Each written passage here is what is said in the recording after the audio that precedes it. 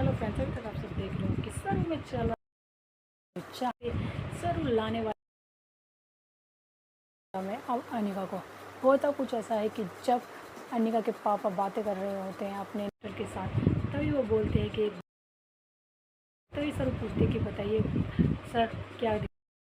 वो बोलते हैं कि जो मेरे साथ इन्वेस्टर काम करना चाह रहे हैं वो चाहते हैं कि मेरी दोनों बेटी एक साथ पूजा करें, और मैं तुम्हारा तो कह सकता का बिल्कुल नहीं कह सकता कि अनिका आके गणेश जी की पूजा करें। वहीं पर सरू बोलती है और समझाती है अपने बाबा साहब को कि आप मुझ पर भरोसा रखिए कि मैं पूजा में आऊँगी और मेरे साथ साथ अनिका भी पूजा में आएगी, इसलिए आप पर अब वो अपने इन्वेस्टर को बुला लेते हैं घर पर। लोग पूजा के लिए तैयार हो जाते हैं तो अनिका के पास जाती है सरू और उससे बोलती है कि तैयार होके जल्दी से नीचे चल, तुझे तो पूजा में चलना, हम दोनों को पूजा करनी है ताकि बाबा साहब का इज्जत रहे। वहीं पर जब ये सब चीज़ें अनिका को पता चलती है तो अनिका उठाने वाली इन सब चीज़ों का फ़ायदा, और वो साफ साफ सरू को मना कर देती है कि मैं नहीं जाऊँगी तेरे साथ पूजा में, और मैं चाहती हूँ कि खराब हो जिससे कि उनकी इंसल्ट हो सबके सामने, वो सब तुझे बोले। फिर कम नहीं है, सरू भी अपनी जिद पर अड़ी हुई है कि वो पूजा में अनिका को लेकर अपने साथ जरूर जाएगी।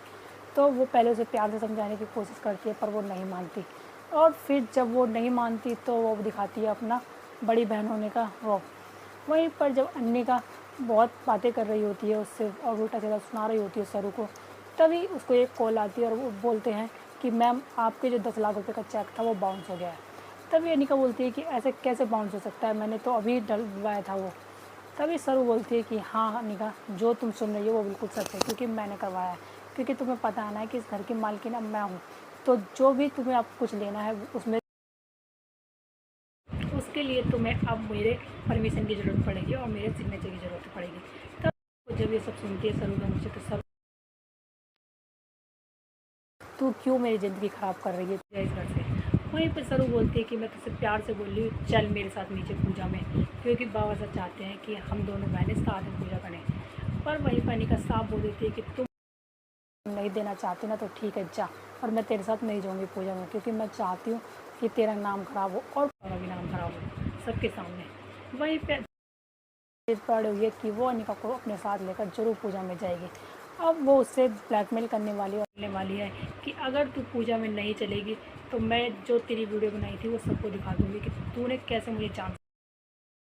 या इसी चीज़ के साथ पूजा में, और वो आ जाती है पूजा में। वहीं पर दोनों साथ करते हैं पूजा। तो उसके पापा, अनिका के पापा, ये सब चीज़ें देख के बहुत ज़्यादा खुश होते हैं कि सरू ने अपना वादा पूरा किया और वो अनिका लेकर पूजा में। जब वेद और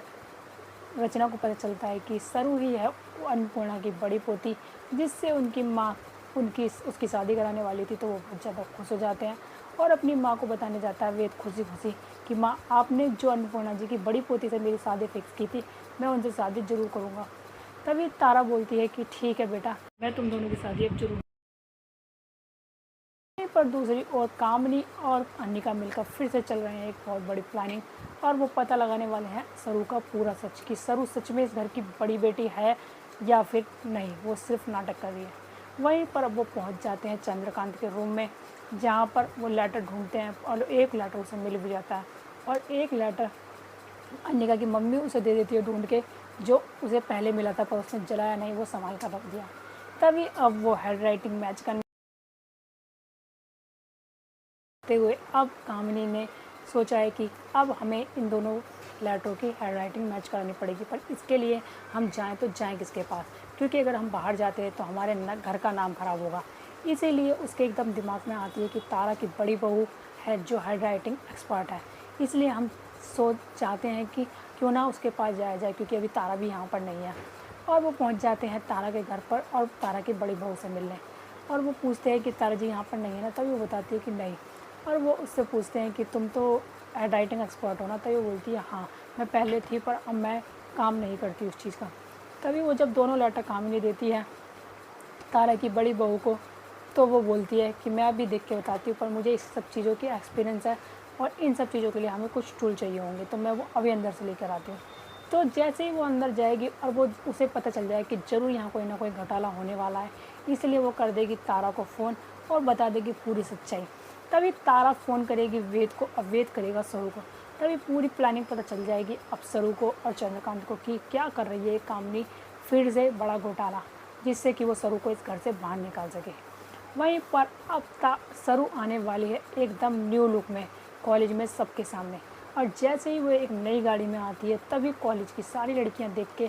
चौंक जाती हैं कि यहाँ पर पहले से एक अन्निका बहुत ज़्यादा स्टैंडर्ड और पैसे वाली लड़की थी, पर उससे भी ज़्यादा पैसे वाली लड़की और ये पैसे वाली गाड़ी किसकी है। और जैसे ही सब लोग देखते हैं कि उस गाड़ी से सरू निकल रही है तो सभी लोग चौंक जाते हैं कि इन दोनों की तो बिल्कुल काया ही पलट हो गई, कि सरू तो बिल्कुल महारानी बन गई। तो अब इन सब चीज़ों को देखते हुए सरू क्या लेगी अपना बदला अनिका से, या फिर सुधारेगी उसे अपने प्यार और गुस्से से। तो आगे देखने के लिए बने रहे हमारे चैनल के साथ। वीडियो को लाइक करें, सब्सक्राइब करें कि और क्या नया ट्विस्ट होने वाला है चैनल वीडियो में। तो आगे देख